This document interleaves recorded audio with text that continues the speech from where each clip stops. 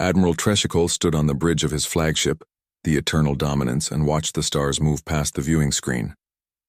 He felt satisfaction deep in his chest. Another rebellion crushed.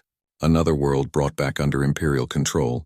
The Kalthine colonies had thought they could break away from the Valorian Empire. They were wrong. They were always wrong. The Empire had ruled the galaxy for 3,000 years. 847 star systems bowed to Valoria Prime. The military might of the Empire was absolute. No one could stand against them. No one had ever truly tried, not in the last 1,000 years anyway. "Admiral, sir," called out Sensor Officer Miralin from her station. She was young for her position, but sharp.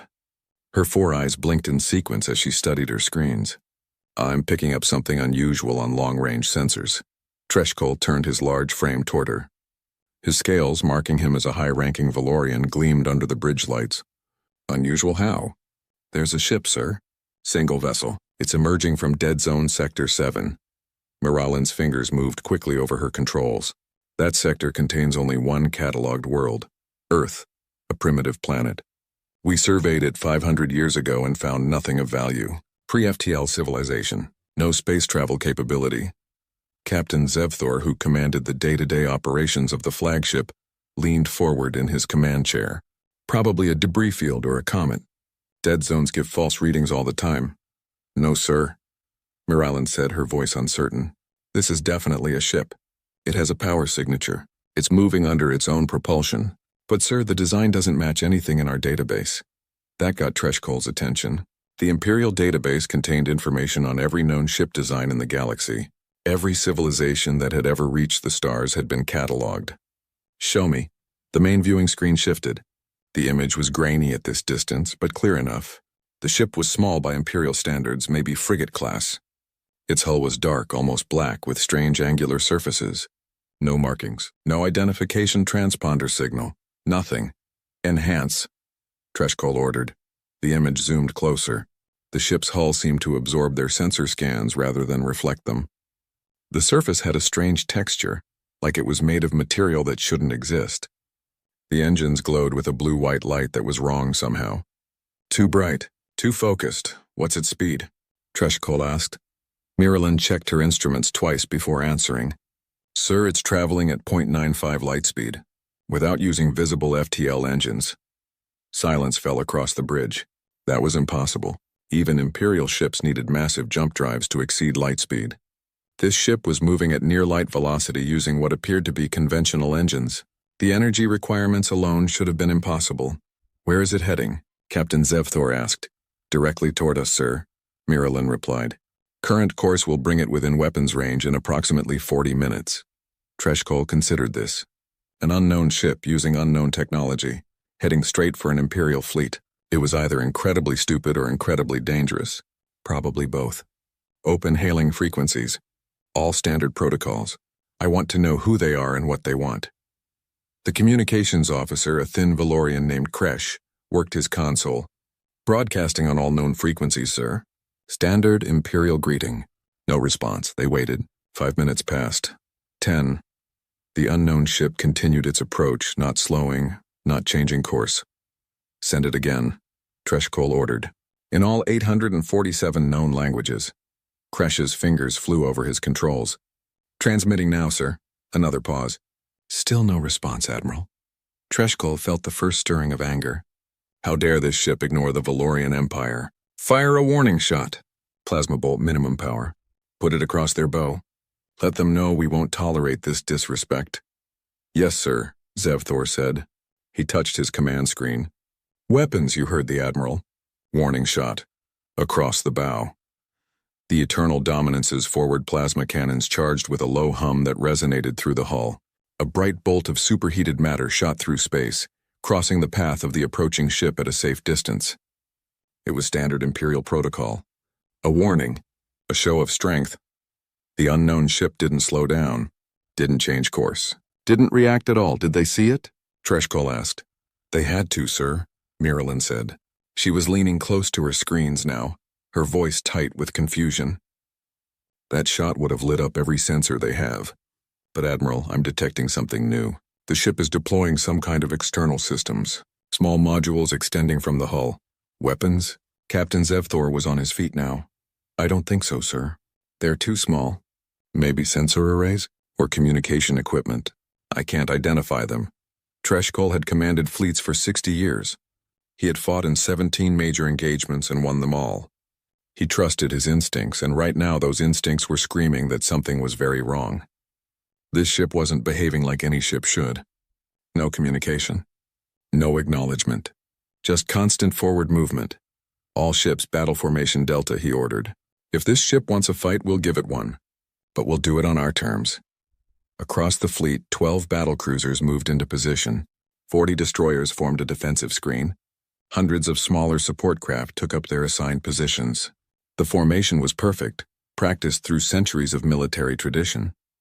The full might of an Imperial battle fleet ready for combat, the unknown ship continued forward. It was close enough now that they could see details without enhancement. The hull was smooth in some places, angular in others. There were no visible weapon ports, no obvious shield emitters. It looked more like a piece of art than a warship. Try communication again, Treshkol said. Last chance before we consider this ship hostile. Kresh transmitted the message. They waited. Seconds ticked by. No response, Admiral, Kresh finally said. Treshkol straightened his uniform. Decision time. Unknown ship, unknown technology, refusing all communication, heading directly toward an Imperial fleet. Imperial law was clear. Order destroyers Hammer and Anvil to close and disable that vessel. EMP weapons. I want it dead in space. Then we board it and find out what we're dealing with. Yes, sir, Captain Zevthor said. The two destroyers broke formation, their engines flaring as they accelerated toward the unknown ship. They were fast, powerful ships, each one capable of destroying a small moon. The EMP weapons they carried could shut down any known technology. Nothing could resist an electromagnetic pulse of that magnitude. The destroyers reached firing position. Twin beams of electromagnetic energy lanced out, invisible to the naked eye but devastating to any electronic system. The beams hit the unknown ship directly. Miralyn gasped. Admiral! The ship's hull is doing something. The surface is shimmering, like it's dispersing the EMP somehow. The energy is just spreading across the hull and dissipating into space. Impossible, Zevthor breathed. But it was happening. The unknown ship continued forward completely unaffected. The EMP weapons that could stop any ship in the galaxy had done absolutely nothing. All weapons target that ship, Treshkol ordered. His voice was calm, but his hearts were beating faster. Plasma cannons, kinetic missiles, everything. I want that ship stopped now. Warning klaxons blared across the fleet, weapons charged, targeting systems locked on. The eternal dominance alone carried enough firepower to destroy a city. The full fleet could crack a planet. Admiral, Miralyn's voice cut through the bridge chatter. She sounded scared now. Sir, the unknown ship is slowing down. It's matching our speed. And Admiral, I'm detecting a massive power surge across all its systems. Every system is activating simultaneously. What kind of systems? Treshkol demanded. I don't know, sir. The energy readings don't make sense. They're building exponentially. Whatever they're charging, it's drawing more power than our entire flagship. Weapon status, Captain Zevthor called out. All batteries charged and ready, sir, the weapons officer replied. Targeting solution locked. Waiting for your command. Treshkol looked at the viewing screen. The unknown ship hung there in space, dark and mysterious. Something about it reminded him of a predator, waiting, watching. He had a sudden, powerful urge to order the fleet to withdraw, to turn around and leave this ship alone. But he was an admiral of the Valorian Empire. He didn't retreat from single ships. He didn't run from unknowns. The Empire had stood for 3,000 years because admirals like him made the hard choices. Fire all weapons, he said. Before the weapons officer could execute the command, everything changed. The unknown ship vanished from their sensors. One moment it was there, solid and real. The next moment every sensor screen went blank. No thermal signature, no electromagnetic reading, nothing. It was like the ship had simply ceased to exist. Where did it go? Zevthor shouted. Find it! Scanning all frequencies, sir, Miralyn said, her four eyes wide with panic. It's not there. It's just gone. It's like it jumped to FTL, but there was no jump signature, no energy spike, nothing that would indicate. She stopped. Her face went pale. "What is it?" Treshkol asked. "Sir, it's back. But it's not where it was. It's moved 3,000 kilometers in an instant. No acceleration. No thrust trail. It just appeared in a different location." The viewing screen updated. The unknown ship was now behind their defensive formation. Between the escorts and the flagship, it had somehow moved through space without crossing the distance between. That was impossible. Teleportation didn't exist. It violated a dozen laws of physics. "All ships retarget!" Captain Zevthor was shouting orders now. "Defensive screen, protect the flagship." But before any ship could move, before any weapon could fire, a sound echoed through the bridge. It came from every speaker, every communication panel, every display screen, a calm, mechanical voice speaking perfect Valorian. "Target locked." The voice was flat, emotionless, stating a simple fact. But those two words sent ice through Treshkol's veins. "Sir," Miralyn whispered. She was staring at her screens like they showed her own death. "Admiral, that ship isn't just locked onto us. It's locked onto every ship in the fleet. Every single one." "How is that possible?" "We have 73 ships spread across hundreds of thousands of kilometers. One ship can't possibly target all of us at once." But the evidence was right there on her screens. Every Imperial vessel showed a targeting lock. Active, solid, unbreakable. Treshkol opened his mouth to give an order, though he wasn't sure what order he could possibly give. His ship was faster, his weapons more powerful, his fleet numbered in the dozens. But somehow none of that mattered. They were facing something that didn't follow the rules. The mechanical voice spoke again, and this time there was something different in it. Not emotion exactly, but emphasis. "Wait. This is UESC Retribution, Terran Colonial Defense Fleet. You fired upon a human vessel without provocation. Under Terran military code, this constitutes an act of war. You have 10 seconds to power down weapons and submit to scanning. Failure to comply will result in neutralization of military assets. This is your only warning. Human, Terran, the primitive species from Earth, the pre-FTL civilization that couldn't even leave their own solar system 500 years ago." Treshkol felt his world tilting. Everything he knew, everything he believed about the Empire's superiority suddenly seemed uncertain. But he was still an admiral. He still commanded this fleet. And he refused to be intimidated by a single ship, no matter what tricks it had. "This is Fleet Admiral Treshkol of the Valorian Empire," he said, his voice carrying all the authority of 3,000 years of conquest. "You are in Imperial space. You will stand down immediately and prepare to be boarded. Resistance will be met with overwhelming force. You have no chance against this fleet." The countdown continued in his head. 10 seconds. 9, 8. "All weapons free," he ordered quietly. "Fire everything we have." The bridge crew hesitated for just a moment. Then training took over. Fingers moved over controls. Weapon systems armed. Targeting computers confirmed locks. 5 seconds. 4, 3. On the viewing screen, the dark ship hung in space, silent and waiting. 2 seconds. "Fire!" Captain Zevthor screamed. 1 second. The Imperial fleet unleashed hell. Plasma cannons firing, kinetic missiles launching, energy beams cutting through space. Enough firepower to vaporize a moon, all focused on one small ship. 0. The unknown ship didn't move, didn't dodge. For a heartbeat, Treshkol thought they had won. That overwhelming firepower would triumph like it always did. Then his bridge went dark. Emergency lights flickered on, bathing everything in red. Alarm klaxons wailed. Display screens sparked and died. The weapon systems powered down. Navigation went offline. Even the engines stopped their constant hum. "Report!" Treshkol shouted over the chaos. "Sir, we've lost all primary systems," someone called out. "Weapons, navigation, shields, everything. Only life support and backup power are still functioning." Captain Zevthor was frantically working his console, but nothing responded. "Admiral, we're dead in space." "And sir, I'm getting reports from the other ships. Every vessel in the fleet is reporting the same thing. Complete system failure across the board." Miralyn managed to get one sensor screen working. What she saw made her voice crack. "Admiral, that ship. The human ship. It's fine. All our weapons hit it dead on and it's completely undamaged. Not a scratch on it." "How is that possible?" Treshkol stared at the viewing screen, which was running on emergency power now. The dark ship was still there, still silent. Still watching them with what felt like contempt. "What have we done?" he whispered. The mechanical voice returned, and this time it carried a weight that made everyone on the bridge freeze. You chose poorly. The Eternal Dominance floated helpless in space. All around it, the pride of the Imperial fleet drifted like dead metal. No engines, no weapons, no communications beyond short-range emergency channels. 73 warships, each one a masterpiece of Valorian engineering, reduced to nothing more than expensive tombs. Admiral Treshkol stood on his darkened bridge, illuminated only by the red glow of emergency lighting. His hands gripped the railing so hard his claws scraped the metal. In 60 years of service, he had never felt so powerless.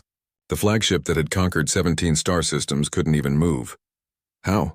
Captain Zevthor asked the question quietly, like speaking too loud might bring another attack.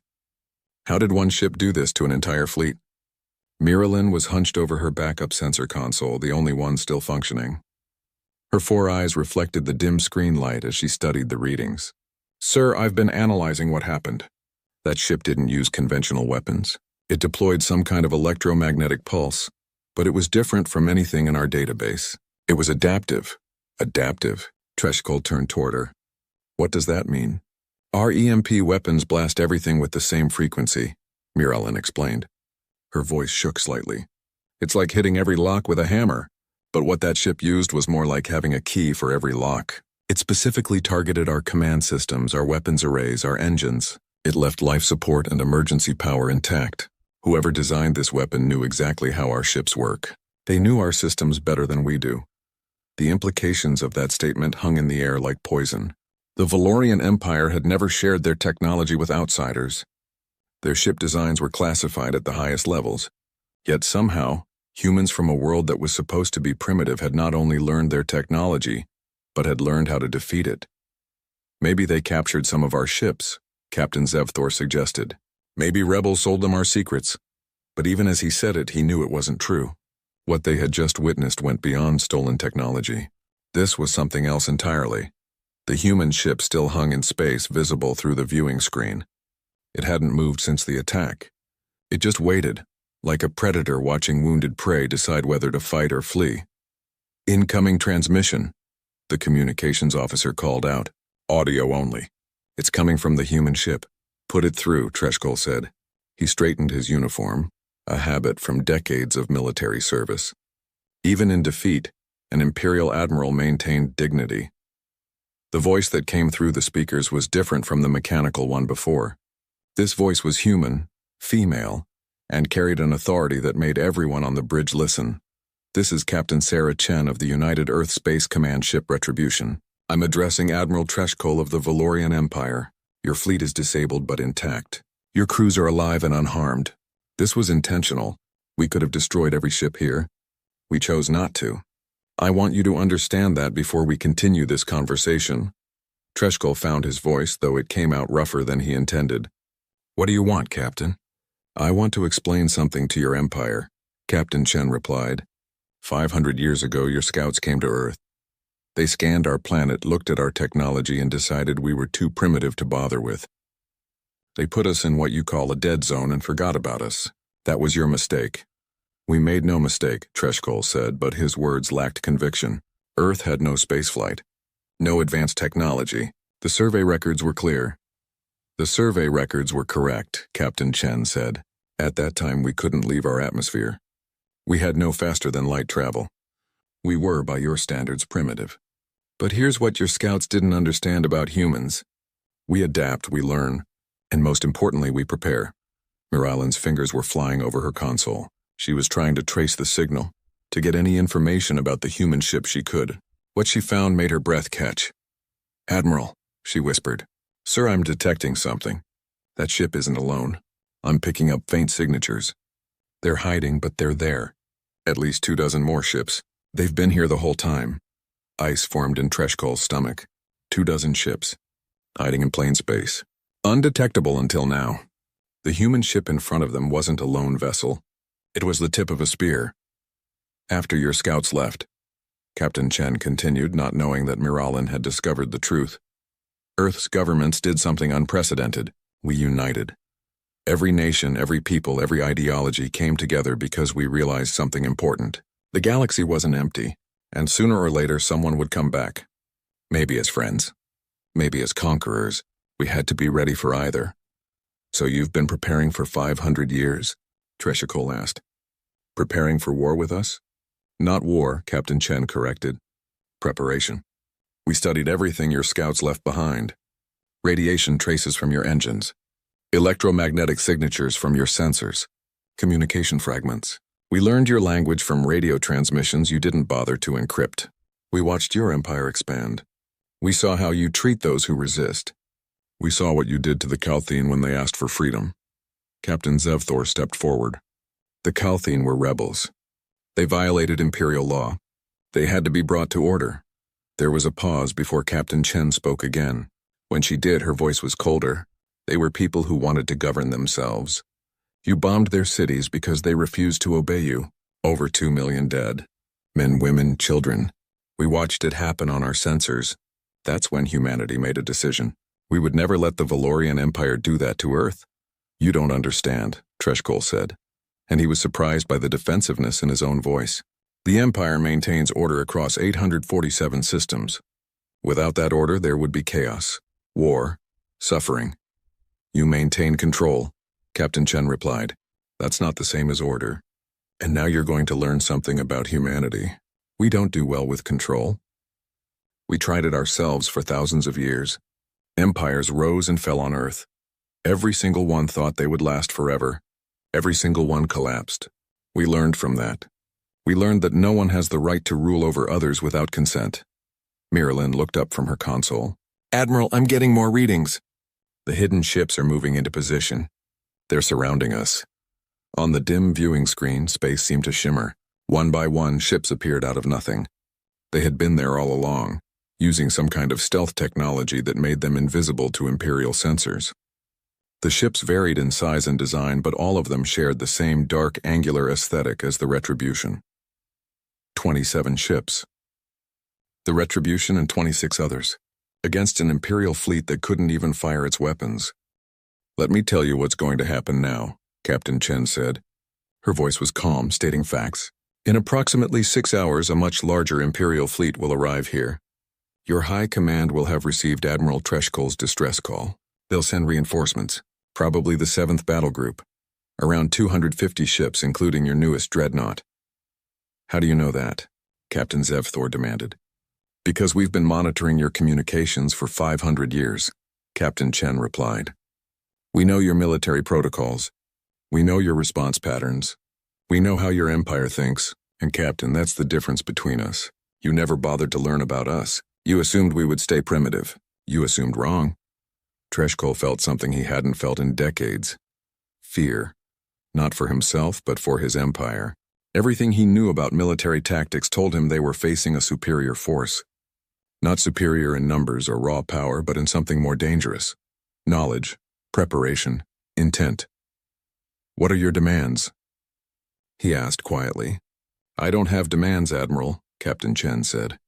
I have a message, and you're going to deliver it to your high command. Are you ready? Treshikol nodded, then realized she couldn't see him. Yes, I'm ready. Tell your leaders this.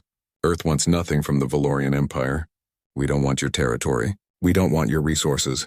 We don't want to conquer you. We just want to be left alone in peace.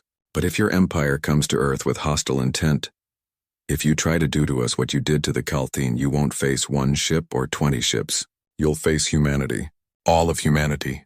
And Admiral, I need you to understand something about humans. She paused, and in that pause, Treshkol heard the weight of centuries. We are very, very good at war. The communication cut off. The bridge fell silent except for the hum of emergency systems and the quiet beeping of Miralyn's console. Sir, she said softly, the human ships are leaving. They're moving away from us. On the viewing screen, the 27 dark ships began to move. They didn't use conventional engines. There was no thrust plume, no engine flare. They simply accelerated faster and faster until they blurred and vanished. Faster than light travel without jump gates or visible drives. Just instant acceleration into impossible speeds. Where are they going? Captain Zevthor asked. Heading toward Earth's solar system, Miralyn reported. They'll be there in less than an hour at their current speed. Treshkol stared at the empty space where the human fleet had been. His mind was racing through everything that had happened.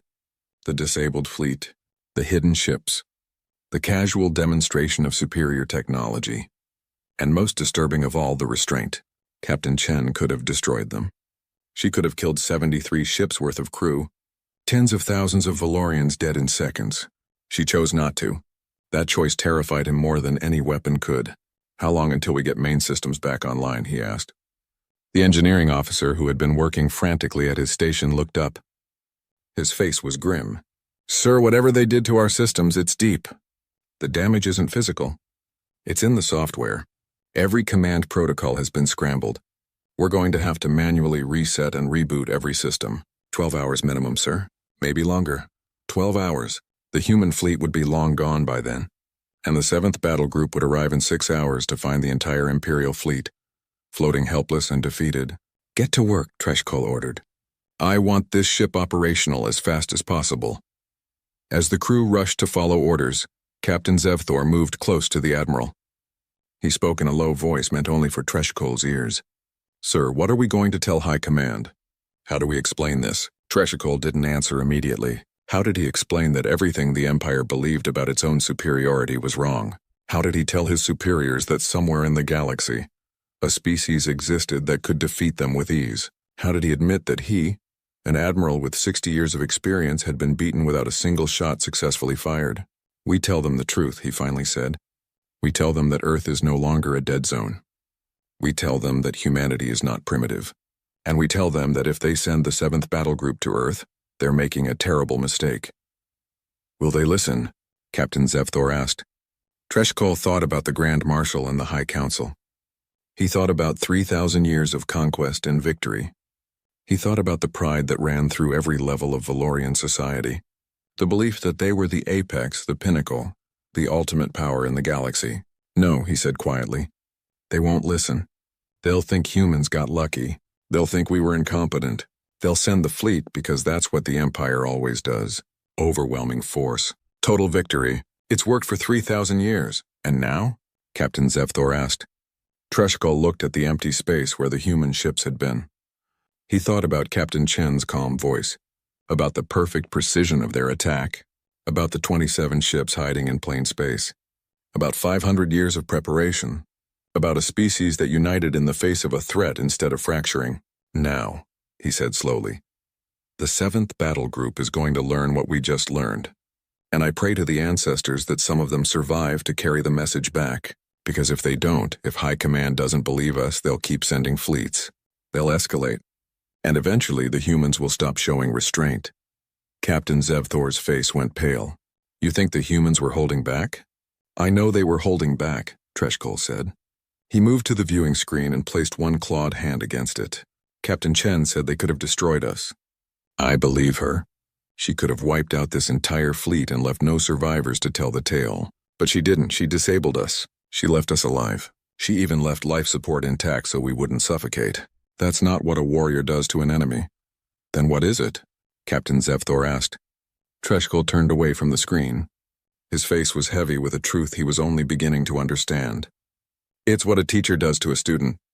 She's trying to teach us something. She's trying to show us that the old way doesn't work anymore, that the Empire's age is ending. He walked toward his command chair and sank into it. Suddenly he felt every one of his years. The question is whether we're smart enough to learn the lesson, or stubborn enough to die fighting. Around him, his crew worked frantically to restore the ship, but Treshkull knew that no amount of repairs would fix what had truly broken today. The myth of Imperial invincibility was shattered. The belief that the Valorian Empire stood alone at the top of the galactic order was destroyed. Somewhere out there, heading toward their home star, humanity waited. And they had been waiting for 500 years. The 7th Battle Group didn't know what was coming. Treshkull did, and he was afraid. Inside the USC Retribution, Captain Sarah Chen sat in her command chair and watched her crew work with practiced efficiency. The bridge was smaller than an Imperial flagship, but every inch of space served a purpose. Screens displayed tactical data, officers monitored systems. Everything was clean, functional, and designed with one goal in mind: survival. All ships reporting in, Captain, said Commander James Park from the tactical station. He was her second in command. a man who had served with her for 15 years. No damage. All systems green. The Imperial fleet never got a shot off. They got plenty of shots off, Sarah corrected. They just didn't hit anything. Lieutenant Maya Torres, the ship's pilot, turned from her station. That was almost too easy, Captain. I mean 73 ships, an entire Imperial battle group. And we took them down in seconds. Are they really the force that controls most of the galaxy? Sarah understood the question. After 500 years of preparation, after centuries of wondering if they could stand against the Valorian Empire, the actual encounter had been almost anticlimactic. But she knew better than to let confidence become arrogance. Don't underestimate them, she said firmly. Yes, we won today. But we had every advantage. We chose the time and place. We studied them for 5 centuries while they didn't know we existed. We hit them with weapons specifically designed to counter their technology. If they had been ready for us, if they had known what we could do, this battle might have gone very differently. Do you think they'll come to Earth? Commander Park asked. Sarah pulled up a tactical display. It showed their current position and the trajectory toward their home system. Behind them, 73 disabled Imperial ships drifted in space. Ahead of them, Earth waited. Yes, she said. They'll come. The Empire doesn't back down from challenges. They'll see what happened here as an insult that demands response. My guess is they'll send a much larger fleet. Maybe the whole 7th Battle Group that their intelligence suggests they use for major threats. 250 ships, Lieutenant Torres said quietly, against our defensive fleet. Can we hold? We're about to find out, Sarah replied. She touched her command console, opening a ship-wide channel. All hands, this is the captain. I know you're all feeling good right now. We just faced an Imperial fleet and won without taking a single hit. But I need you to understand something. This was the easy part. What comes next will test everything we've built for the last 500 years. Stay sharp. Stay focused. And remember why we're doing this. She closed the channel and leaned back in her chair. Her mind drifted to history, to the moment that had changed everything for humanity. 500 years ago, the Valorian scouts had come. They had scanned Earth, cataloged it as primitive, and left. Most humans never knew they were there. But governments knew, scientists knew, and they understood what it meant. Humanity was not alone in the universe, and they were being watched. The response had been unprecedented. Nations that had been enemies for generations came together. Resources were pooled, scientists shared research. The entire species united around a single goal: survival. They couldn't catch up to civilizations that had been traveling between stars for millennia. But they could innovate. They could find different solutions to the same problems. Where the Valorians used massive engines and jump gates, humans developed quantum entanglement drives that folded space. Where the Empire relied on energy shields, humanity created metamaterial armor that absorbed and dispersed attacks. Where other species built bigger weapons, humans built smarter ones, and they did it all in secret. Every ship they launched looked like a civilian vessel or a scientific probe. Every weapon platform was disguised as a mining station. For 500 years, humanity prepared for a war they hoped would never come, while looking like they were still confined to their own solar system. Captain, Commander Park said, pulling her from her thoughts. We're receiving a priority transmission from Earth Defense Command. It's Admiral Kowalski. Sarah straightened. Admiral James Kowalski was the supreme commander of all UESC forces. If he was calling directly, the situation had escalated. Put him through. The screen in front of her changed. Admiral Kowalski's face appeared.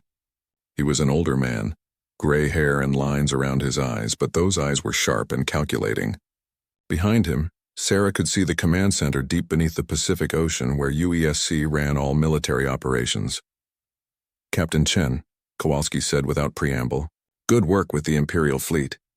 We monitored everything. Your tactical assessment was perfect, but we have a problem. The 7th Battle Group, Sarah said. It wasn't a question, exactly. Our long-range sensors picked them up 30 minutes ago, 253 ships to be precise. They're moving fast. They'll reach Earth's solar system in approximately 72 hours. And Captain, they're not coming to talk. Intelligence suggests they've armed their entire fleet with maximum firepower. They're planning to make an example of us. Sarah felt her crew tense around her. 73 ships had been manageable. 253 was a different story entirely. What are our orders, sir? She asked. Kowalski was quiet for a moment. When he spoke, his voice was heavy. I'm giving you a choice, Captain. You and the other ship commanders. You can fall back to Earth's defensive perimeter and prepare for the battle there, or you can take the offensive. Hit them before they reach our system. We have intelligence on their fleet composition and likely approach vectors. If we hit them first, we lose the defensive advantage, Commander Park said from his station. Earth's orbital defenses are the strongest position we have. True, Admiral Kowalski agreed. But if we let them reach Earth, the battle will be fought in our home system. Any ships that get through could strike the planet itself. Billions of lives at risk. If you attack them in open space, even if you lose, you buy us time to evacuate civilians and prepare final defenses. Sarah understood what he was really saying. He was asking her to take 27 ships against 253. To fight in open space where the enemy had numerical superiority. To possibly die so that Earth would have a few more hours to prepare. She didn't hesitate. We'll intercept them, she said. We'll hit them hard and fast. Use every advantage we have. But Admiral, I need authorization for full weapons release. No restrictions. Kowalski nodded slowly. Authorized. Rules of engagement are weapons free. But Captain, remember what makes us different from them. The Valorians kill to conquer. We fight to protect. Don't lose sight of that. Understood, sir. Retribution out. The screen went dark. Sarah looked around her bridge at her crew. They were young, most of them. The oldest was 45. They had all been born into a world preparing for war.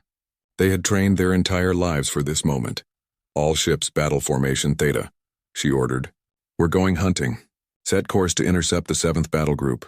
Maximum speed. Course laid in, Captain, Lieutenant Torres said. Her hands moved over the controls. FTL in 3, 2, 1. The ship lurched slightly as the quantum drive engaged. Outside the viewing ports, space twisted and folded. The Retribution and its sister ships vanished from normal space, traveling faster than light without the visible energy signature that Imperial ships produced. They would reach the 7th battle group in 18 hours. And then humanity would show the Valorian Empire what 500 years of preparation really meant. But Sarah's thoughts weren't on the coming battle. They were on a conversation she'd had years ago with her mentor, the previous captain of the Retribution. He had told her something that stuck with her. The Valorians think strength means never backing down, he had said. They think showing mercy is weakness. That's why they'll lose. Because sometimes, Sarah, the strongest thing you can do is choose not to destroy your enemy. Give them a chance to learn. Give them a chance to be better. That's not weakness. That's wisdom. She hoped he was right. Because in 72 hours, Earth would find out if humanity's way was better than the Empire's. If 500 years of preparation would be enough. If mercy was really strength. Or if the Valorian Empire would add Earth to its long list of conquered worlds. Meanwhile, deep in Imperial space on the capital world of Valoria Prime, the High Council met in emergency session. The chamber was ancient, built from stone quarried from the first world the Empire had ever conquered. 12 High Councilors sat in a circle, and in the center stood Grand Marshal Kethvar, Supreme Commander of all Imperial military forces. He was old, even by Valorian standards. His scales had faded to a dull gray, but his eyes were still sharp and his voice still commanded respect. Explain to me, he said slowly, dangerously, how a single ship from a primitive world disabled an entire Imperial fleet. The councilors shifted uncomfortably. No one wanted to be the first to speak. Finally, Councilor Veshitar, head of Imperial Intelligence, stood. Grand Marshal, we have reviewed Admiral Treshkol's report. It appears that Earth is not the primitive world we believed it to be. They have developed advanced technology, stealth systems, weapons designed specifically to counter our ships, and they claim to have been preparing for this for 500 years. 500 years, Grand Marshal Kethvar repeated. You're telling me that for 5 centuries this species has been preparing for war with us, and our intelligence never detected it. They were very careful, Grand Marshal, Veshitar said, but his voice lacked confidence. They disguised their military assets as civilian infrastructure. They never used their advanced ships where we could see them. Until now, they appeared to be exactly what our initial survey said. A pre-FTL civilization confined to their home system. Appeared to be, Kethvar said softly. And what do they actually appear to be now? Another counselor, Treshkor, stood. He was younger, more aggressive. They appear to be a threat that must be eliminated. Grand Marshal, I recommend we authorize the use of planet-killer weapons. Strike Earth directly, end this before it becomes a larger problem. Several counselors nodded agreement, but others looked shocked. Planet killers? Counselor Miracel said. She was one of the older members, a voice of caution. Those weapons have been banned for 500 years. We swore never to use them again after the Kelthon massacre. That was different, Treshkor argued. The Kelthons were part of the Empire. They were our own people who rebelled.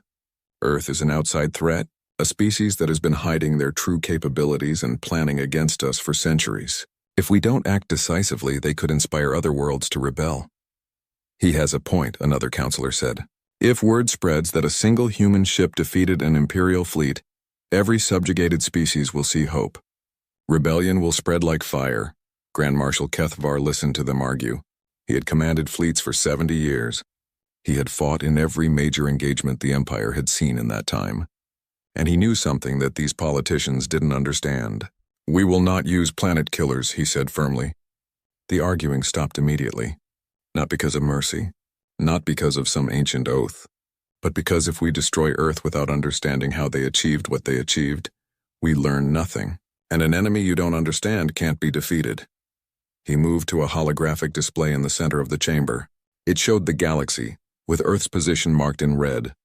I'm sending the 7th Battle Group, he continued. 253 ships. Our finest crews. Our best technology. They will engage the human fleet and assess their capabilities. If the humans are truly as advanced as Admiral Treshkor suggests, the 7th will report back. If not, they will conquer Earth and we will learn their secrets from their ruins. And if the 7th fails? Counselor Mirazel asked quietly. Grand Marshal Kethvar's face was grim. Then we'll know that the Empire faces a threat unlike any we've encountered before. And we'll have to decide whether to seek peace or escalate to total war. The counselors absorbed that. The Empire had never sought peace. For 3,000 years they had conquered or destroyed. The idea of negotiating with an enemy was almost unthinkable. I want all Imperial fleets on high alert, Kethvar ordered. Begin immediate review of our cyber warfare protocols. If the humans can shut down our ships remotely, we need countermeasures. And I want our scientists analyzing every second of Admiral Treshkol's sensor data. How do their ships move? How do they hide? What are their weapons made of? I want answers. Yes, Grand Marshal, the counselor said in unison. As the session ended and the counselors filed out, Counselor Miracel approached Kethvar privately. You're worried, she said. It wasn't a question. Kethvar nodded slowly. Admiral Treshkol is one of our best. He's fought in 17 major battles and never lost. If he says these humans are different, I believe him. Different how? They think differently, Kethvar said. The way they fight, disabling ships instead of destroying them, taking prisoners instead of killing crews. That's not how wars are won. That's not how the Empire has ruled for 3,000 years. Maybe, Mirazel said carefully. That's why we should be worried. Because perhaps they're not trying to win a war the way we understand it. Perhaps they're trying to change the rules entirely. Grand Marshal Kethvar looked at the star map, at the tiny red dot that represented Earth. Then they're going to learn that the Empire doesn't play by anyone's rules but our own. The 7th Battle Group emerged from FTL travel near Neptune's orbit. 253 warships arranged in perfect formation. The pride of the Valorian Empire. Behind them, the distant sun was just another bright star. Ahead of them, somewhere in the inner solar system, was Earth. Grand Marshal Kethvar stood on the bridge of his flagship, the Absolute Victory. It was the newest dreadnought in the Imperial fleet, twice the size of a normal battlecruiser and armed with enough firepower to level a continent. He had personally commanded its construction. Now he would use it to show humanity the cost of defying the Empire. Sensor report, he ordered. The sensor officer studied his displays. Sir, detecting multiple contacts throughout the system. Hundreds of them, but Grand Marshal, something's wrong. These readings don't make sense. Explain, Kethvar said calmly. Sir, I'm picking up mining stations around Jupiter, research platforms in Saturn's rings, communication satellites in high orbit around the inner planets, civilian traffic between Mars and Earth. Everything looks normal for a developing space civilization. But the energy signatures are all wrong. They're too powerful, too refined. They're disguised, Captain Norval said. She was Kethvar's second in command, a brilliant tactician. Those mining stations are weapons platforms. The research facilities are military bases. The civilian ships are warships. They've turned their entire solar system into a defensive grid. Kethvar nodded slowly. Impressive. And confirming what Admiral Treshkol had reported. These humans were not primitive. They were cunning. How many actual military vessels can you confirm? He asked. The sensor officer worked his controls. Difficult to say, sir. At least 300 confirmed contacts that read as military grade. But there could be more hidden. Their stealth technology is better than ours. 300 ships, against his 253. Closer to even odds than Kethvar had expected. But numbers weren't everything. Imperial ships were larger, more powerful, and they had 3,000 years of combat experience. Open a channel, all frequencies. I want to speak to whoever commands this defense fleet. The communications officer nodded. Channel open, Grand Marshal. Kethvar straightened. When he spoke, his voice carried the weight of imperial authority. This is Grand Marshal Kethvar of the Valorian Empire. You have attacked imperial forces. You have claimed independence without authorization. Under imperial law, these are acts of war. I am authorized to offer you one chance to surrender. Lower your defensive systems. Prepare to be occupied. Resistance will result in the total destruction of your military assets and the subjugation of your world. You have 5 minutes to respond. Silence. The bridge crew waited. 5 minutes stretched out. Then a human voice came through the speakers. Male, calm, carrying an accent that the Empire's translation software couldn't quite place. Grand Marshal Kethvar, this is Fleet Admiral James Kowalski, United Earth Space Command. We don't recognize Imperial authority over our solar system. We didn't attack your forces. They attacked us. We defended ourselves. We have no desire for war, but we will not surrender our freedom. Leave our space peacefully and there will be no further conflict. Attack us and you will regret it. Murmurs ran through the bridge. The audacity of it, a primitive species defying the Empire, threatening them. You understand? Kethvar said slowly. That I command the most powerful battle group in the Imperial fleet? That I have destroyed entire civilizations? That resistance is futile? We understand that you believe that, Admiral Kowalski replied. We also understand that you've never faced anyone who fought the way we do. Last warning, Grand Marshal. Leave now. Don't make us destroy your fleet. Now Kethvar felt anger stir. They dared to threaten him? To suggest they could destroy the 7th Battle Group? All ships, he ordered. Battle Formation Alpha. Prepare to engage. Show these primitives the power of the Empire. The fleet moved with practiced precision. Ships taking positions. Weapons charging. Shields at maximum. It was beautiful, the culmination of 3 millennia of military tradition. Sir, the sensor officer said urgently. The human ships. They're not retreating. They're advancing. All of them. And sir, the mining stations and satellites are shedding their outer hulls. They're revealing weapon systems. On the tactical display, Kethvar watched the human fleet move. They didn't form traditional battle lines. Instead, they scattered, spreading across the system in what looked like random patterns. No formation. No organization. It looked like chaos. They're amateurs, Captain Norval said. They don't understand basic fleet tactics. But something about it made Kethvar uneasy. Nothing about these humans had been amateur so far. Why would their tactics be? All ships advance, he ordered. Fire when in range. The 7th Battle Group moved forward, engines flaring. The distance closed. 500,000 kilometers. 400,000. 300,000 in range, sir. The weapons officer reported. Fire. The Imperial fleet opened fire. Hundreds of plasma bolts, kinetic missiles, and energy beams lanced through space toward the human ships. At this range, with this much firepower, nothing could survive. The human ships moved. They didn't accelerate slowly. They just moved instantly, like teleporting. One moment they were in the path of the incoming fire. The next they were somewhere else entirely. The Imperial weapons struck empty space. What just happened? Kethvar demanded. Sir, they're using micro-jumps, the sensor officer said, his voice shaking. Short-range FTL. They're jumping dozens of times per second. Our targeting computers can't lock onto them. Then fire where they're going to be, Captain Norval ordered. Predictive targeting. The first Imperial ship to die was the destroyer Relentless. One moment it was firing its weapons. The next something struck it from 3 different directions simultaneously. Not energy weapons. Not missiles. Small objects moving at impossible speeds. They punched through the destroyer's shields like they weren't even there. Through the armor. Through the hull.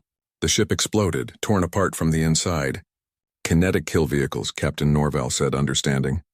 They're firing solid objects at near light speed. Our shields are designed for energy weapons. They're useless against physical projectiles moving that fast. Another ship died. Then another. The humans weren't firing indiscriminately. Each shot was precise, calculated. They were picking off ships one at a time with surgical accuracy. All ships, evasive maneuvers, Kethavar ordered. Scatter pattern Delta. The fleet broke formation, ships spreading out to make themselves harder targets. But it didn't help. The human ships seemed to be everywhere at once. They appeared, fired, and vanished before the Imperial ships could respond. Sir, we're also experiencing system disruptions, the tactical officer reported. Ships across the fleet are reporting weapon malfunctions. Navigation glitches. It's the same cyber warfare attack that hit Admiral Treshkol's fleet. Kethavar watched his tactical display as red icons began appearing. Ships disabled, ships destroyed, ships retreating. In less than 5 minutes, he had lost 30 vessels. 30 ships that represented centuries of construction and training. Gone. This isn't a battle, Captain Norval said quietly. It's an execution. She was right. The humans weren't fighting like warriors. They were fighting like they had already won. Like this was just a formality. Every move was calculated. Every shot found its target. They wasted nothing. No wild firing. No panicked maneuvers. Just cold, efficient destruction. We need to withdraw, Kethavar said. The words tasted like ashes in his mouth. Signal the fleet. Emergency FTL, get us out of here. Sir, if we retreat, the Empire will see us all dead if we stay here, Kethavar snapped. We're not retreating. We're regrouping. Now execute the order. Grand Marshal, the communications officer interrupted. We're receiving a transmission from the human fleet. They're broadcasting on all channels. Put it through. A new voice came through the speakers. Female, young, but carrying absolute confidence. Attention Imperial 7th Battle Group. This is Captain Sarah Chen, UESC Retribution. You are outmatched. Withdraw now and we'll let you leave. Continue fighting and we'll disable every ship you have. This is your final warning. Kethavar looked at his tactical display. 50 ships lost now. His fleet was being torn apart, and they hadn't destroyed a single human vessel. Not one, he had two choices. Order a full retreat and admit total defeat, or stay and fight knowing his entire fleet would be destroyed. But then something else appeared on his sensors. New contacts, dozens of them. Coming from deeper in the system, from around Earth itself. More human ships emerging from hiding. Sir, the sensor officer said, I'm counting at least 200 additional contacts. They were hiding in Earth's magnetosphere, using the planet's natural electromagnetic field to mask their signatures. 500 ships, maybe more. The humans had 500 ships and they'd only deployed a fraction of them for this battle. They could have overwhelmed the 7th Battle Group from the start. Instead, they'd used minimal forces to prove a point. They didn't need overwhelming numbers to win. They just needed to be better. Signal all ships, Kethavar said quietly. Full retreat. Maximum speed. Sir, Captain Norval started. That's an order, Captain. The fleet turned and fled. Imperial ships engaging their FTL drives in random directions, desperate to escape. The humans let them go. They could have pursued, could have destroyed every escaping ship, but they didn't. As the absolute victory jumped to FTL, leaving behind the debris of 73 destroyed ships and the shame of total defeat. Kethavar received one final transmission from Earth. Grand Marshal, Admiral Kowalski said, take this message back to your Empire. We don't want to be your enemies. We don't want to destroy you. We just want to be left alone. But if you come back, if you try this again, we won't show mercy. The ships you saw today are just the beginning. Earth has been preparing for 500 years. We have weapons you can't imagine, technologies your Empire hasn't dreamed of, and we have something else you don't have. He paused. We have a reason to fight. Every human on Earth, every person in our fleet, knows what we're protecting. Our families, our freedom, our future. Your soldiers fight because they're ordered to. Ours fight because they choose to. That's the difference between us. That's why you lost today. The transmission ended. The bridge fell silent except for the hum of the FTL drive. Kethavar stood at his command station and looked at the tactical summary. He had left with 253 ships. He was returning with 180. 73 ships destroyed in less than an hour, thousands of Valorians dead, and they had accomplished nothing except confirming humanity's superiority. "What do we tell the High Council?" Captain Norval asked quietly. Kethavar thought about that. The Empire had never lost a battle this badly, never retreated from a smaller force. The shame would be enormous. Some would call for his execution, others would demand immediate escalation, throwing every ship the Empire had at Earth until humanity was destroyed. But Kethavar had seen something today that changed everything he thought he knew about war.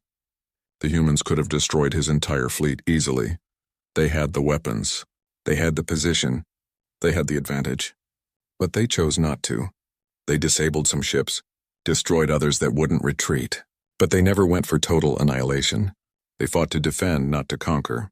And somehow, that made them more dangerous than any enemy the Empire had ever faced. "We tell them the truth," he said finally. "That we encountered a species that's more advanced than us. That we lost because we were outmatched in every way. And that if the Empire doesn't change its approach, if we keep trying to conquer and dominate, humanity will end us." "The High Council will never accept that," Captain Norval said. "Then the High Council is going to get a lot more Valorians killed," Kethavar replied. He looked at the stars streaming past as they fled toward home.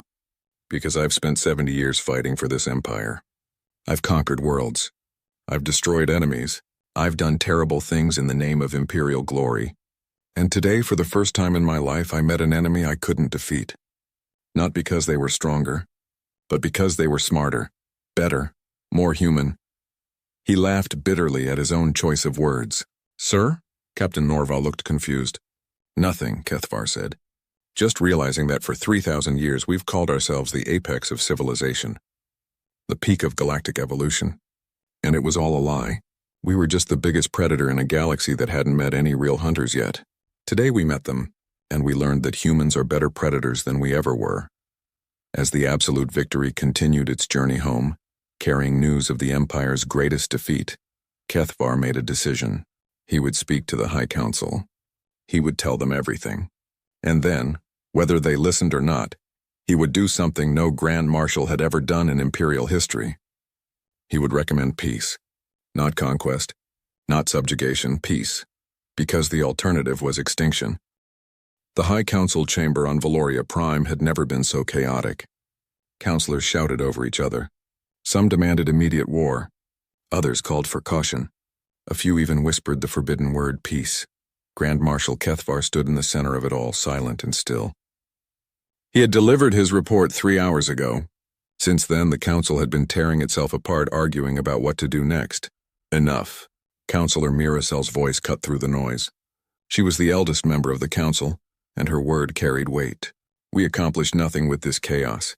Grand Marshal Kethavar, I have one question. In your professional military opinion, can we defeat Earth in a full-scale war?" The chamber fell silent. Every eye turned to Kethavar. He chose his words carefully. "If we commit every ship, every weapon, every resource the Empire has, if we're willing to sacrifice millions of our people, if we use planet-killer weapons and genocide tactics, then maybe, possibly, we could destroy Earth." He paused, letting that sink in. "But it would cost us everything. And even if we won, we would face rebellion across every system we control, because every subjugated species would see that the Empire could be challenged, that we could be hurt, that we could be beaten. The Empire as we know it would end either way." "Then what do you suggest?" Councillor Treshikor demanded. He was one of the hardliners, still calling for total war. "That we bow to these primitives? That we let them humiliate us?" "They've already humiliated us," Kethavar said bluntly. "Twice, first with Admiral Treshkol's fleet, then with mine. Pretending otherwise is foolish. What I suggest is that we do something the Empire has never done in 3,000 years. I suggest we talk to them, not as conquerors to conquered, but as equals." The chamber erupted again. Equals? The Valorian Empire didn't have equals. The entire structure of imperial society was built on dominance and hierarchy. But Councillor Miracel raised her hand for silence. "The Grand Marshal makes a valid point. We have 3 options. 1, total war that we might not win. 2, Accept defeat and watch our empire crumble as other species rebel. Or 3. Negotiate with Earth. Find a way to coexist. Coexist? Treshkor spat the word. We are the Valorian Empire. We don't coexist, we rule. We ruled, Kethvar corrected quietly. Past tense. Our age of absolute dominance is over. Earth proved that. The question now is whether we adapt or die.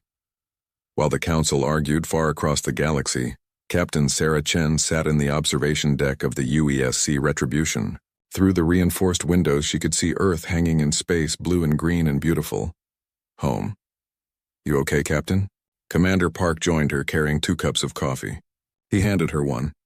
Just thinking, Sarah said. She took the coffee gratefully. We won the battle. The Empire retreated. But this isn't over. Not really. You think they'll try again? I don't know, Sarah admitted. That's what worries me. If they come back with everything they have, we'll win. I'm confident of that. But a lot of people will die. Theirs and ours. And I keep thinking about what Admiral Kowalski said, about not becoming what we're fighting against. Park nodded slowly. The Empire rules through fear, through overwhelming force. If we defeat them the same way, we just become another empire. Exactly. Sarah stared at Earth. 500 years we prepared for war, but maybe we should have spent more time preparing for peace. Her communicator beeped. Admiral Kowalski's face appeared on the small screen. Captain Chen, we've received a transmission from the Valorian Empire. They're requesting a meeting. Neutral territory. They want to negotiate. Sarah felt her heart skip. Negotiate? Not surrender terms? Negotiate, Kowalski confirmed. Grand Marshal Kethvar himself will be attending. He specifically requested that you be present as well. I think your actions made an impression. When? Sarah asked. 4 days from now. There's an old space station in unclaimed space halfway between Earth and Imperial territory. It's been abandoned for centuries, but we can make it habitable. Captain, this is what we hoped for. A chance to end this without more bloodshed. Or it's a trap, Commander Park said. Possible, Kowalski agreed. That's why we'll have the entire First Fleet positioned nearby, cloaked and ready. But Captain Chen, I want you to go in assuming this is genuine. Give them a chance to do the right thing, Sarah nodded. Understood, sir. I'll assemble a diplomatic team. Good luck, Captain. The future of 2 civilizations might depend on this meeting. The screen went dark. Sarah looked at Park. 4 days to prepare. Better get started. The abandoned station was called Unity 7. It had been built centuries ago as a trading post between species that no longer existed. Now it floated in empty space, slowly spinning, a monument to dead civilizations. Human engineers spent 2 days making it habitable again. Power restored, life support functional, a single large meeting room prepared with a table and chairs. Nothing fancy, nothing that might be seen as a statement of dominance from either side. When the day came, Sarah arrived with a small team. Admiral Kowalski was there, along with 2 diplomats and 4 security personnel. They wore simple uniforms, unarmed as a show of good faith. The Imperial delegation arrived exactly on time. Grand Marshal Kethvar led them, accompanied by Councillor Miracel and a handful of aides.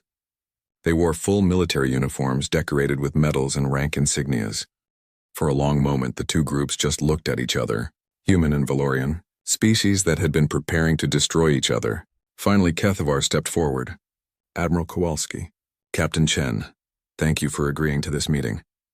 Thank you for requesting it, Kowalski replied. Please sit. We have much to discuss. They settled around the table. The moment felt surreal to Sarah. Days ago, she had been fighting this man's fleet. Now they sat across from each other like business partners. I'll be direct, Kethvar said. The Valorian Empire cannot defeat Earth in a war, not without destroying ourselves in the process. This is a fact I have explained to the High Council. Some of them accept it.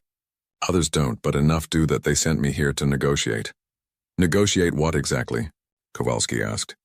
Peace, Kethvar said simply. Real peace. Not subjugation. Not conditional surrender. Peace between equals. Councillor Miracel leaned forward.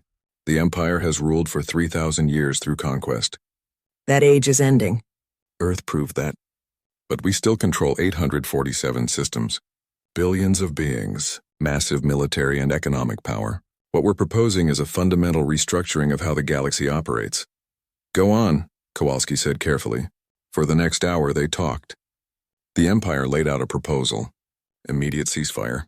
Recognition of Earth's independence and sovereignty. Disarmament of planet-killer weapons under neutral supervision. Most surprisingly, a new galactic government where all species had representation. You're proposing democracy on a galactic scale? Sarah asked, surprised. More like a federation, Miracel explained. Each system maintains its own government, but major decisions affecting the galaxy are made by a council where all species have equal voice, including the Valorians, including humans. What about the species you've conquered? Kowalski asked. The ones currently under Imperial control? They will be given a choice, Kethvar said. Remain part of a reformed empire with full representation and rights, or declare independence? It will be their decision. Sarah exchanged glances with Admiral Kowalski. It was more than they had hoped for. Far more. But could they trust it? Why? Sarah asked directly. Why are you offering this? You could fight. You could sacrifice everything for the chance to maintain your empire. Why choose this instead? Kethvar was quiet for a moment. When he spoke, his voice carried the weight of experience and hard-won wisdom. Because I'm tired, Captain Chen. I've spent 70 years fighting for the Empire. I've seen worlds burn. I've ordered actions that haunt my dreams. I did it all because I believed the Empire was necessary, that our strength maintained order. That conquest was better than chaos. He looked directly at her. Then I fought your fleet, and I saw something I'd never seen before. Strength paired with restraint. Power used only to defend, not to conquer. You could have destroyed my entire battle group. You let us retreat. You chose mercy when you didn't have to. And I realized that everything I believed was wrong. The Empire doesn't maintain order. It creates fear, and fear isn't sustainable. Eventually, people fight back. So this is about survival, Kowalski said. Not accusing, just stating fact. Yes, Kethvar admitted. But it's also about being better. 3,000 years of conquest haven't made the galaxy peaceful. Maybe it's time to try something different. They negotiated for 2 more days, working out details, establishing timelines, creating oversight mechanisms. It was hard work, made harder by 3 millennia of mistrust and violence. But slowly a framework emerged. The Treaty of Unity, they called it, named after the station where it was signed. Key provisions were simple but revolutionary. Immediate ceasefire. All species in Imperial territory would vote on independence within 1 year. Those who chose to stay would have representation in a new galactic council. Planet-killer weapons would be destroyed. Technology sharing would begin, with humans providing some of their innovations in exchange for Imperial knowledge. Most importantly, all member species agreed to mutual defense. If any outside threat appeared, they would face it together. There's one more thing, Kethvar said as they prepared to sign. Earth's military. Your ships. Your weapons. They're the most advanced in known space. What are you going to do with that power? Sarah answered before Kowalski could. The same thing we've always done, defend, protect. We didn't reach the stars to build an empire. We came out here to survive, and maybe, if we're lucky, to help others do the same. Then perhaps, Counselor Miracel said softly, the galaxy chose the right species to bring us into this new age. They signed the treaty. Representatives from both sides marking the document that would change everything. When it was done, Kethvar extended his hand to Admiral Kowalski. The human admiral took it without hesitation. My empire will struggle with this, Kethvar said. Many will see it as defeat. It will take time to change 3,000 years of thinking. Change always takes time, Kowalski replied, but it's worth it. 5 years later, Sarah Chen stood at the podium in the new Galactic Council building on Unity Station. The station had been expanded, rebuilt, transformed into a symbol of cooperation. Around the circular chamber, representatives from 40 species sat. Valorian, human, Calthian, and dozens of others. Some had chosen independence from the old empire.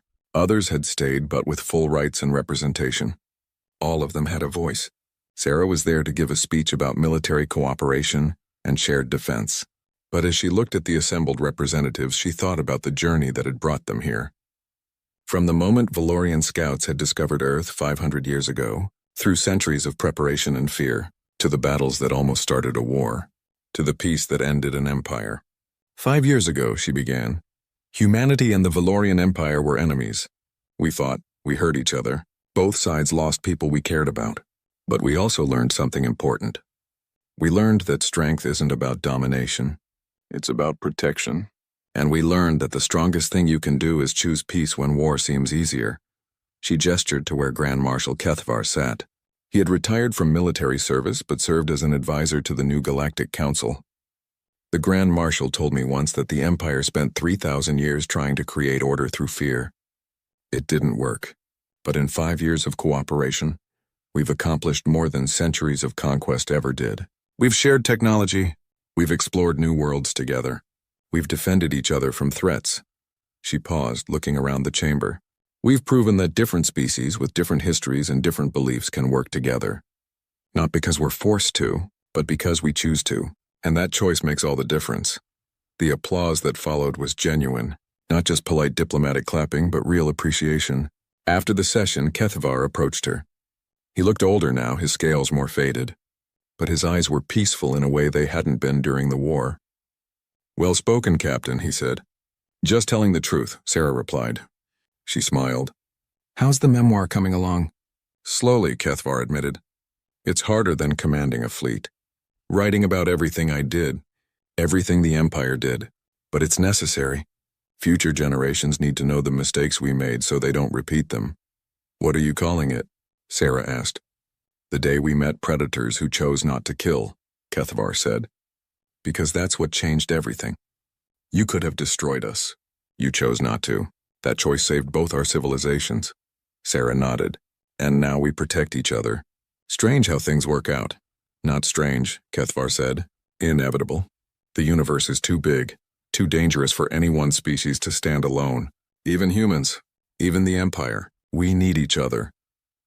Later, back on the UESC Retribution, which had been permanently assigned to Unity Station, Sarah stood in her quarters looking at Earth through the viewscreen.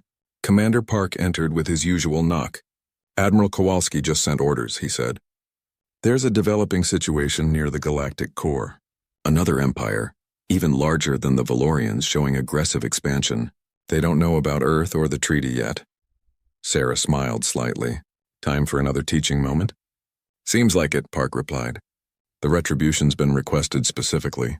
Apparently our reputation has spread. Some call us the ship that ended an empire. Others call us the ship that saved one. Both are true," Sarah said. She turned from the viewscreen. "Prepare the ship. Let's go show this new empire what happens when you choose conquest over cooperation." As the Retribution powered up its quantum drives and prepared to jump, Sarah thought about the speech she'd given, about choices and strength and doing what's right instead of what's easy. The Valorian Empire had chosen conquest for 3,000 years. It brought them power but not peace, security but not safety, control but not respect. Humanity had chosen differently, and in 5 years that choice had transformed the galaxy. Now they just had to keep making that choice, every day, every encounter, every time they met someone new among the stars. Because that's what separated humans from the old empires, not superior weapons or faster ships or smarter tactics.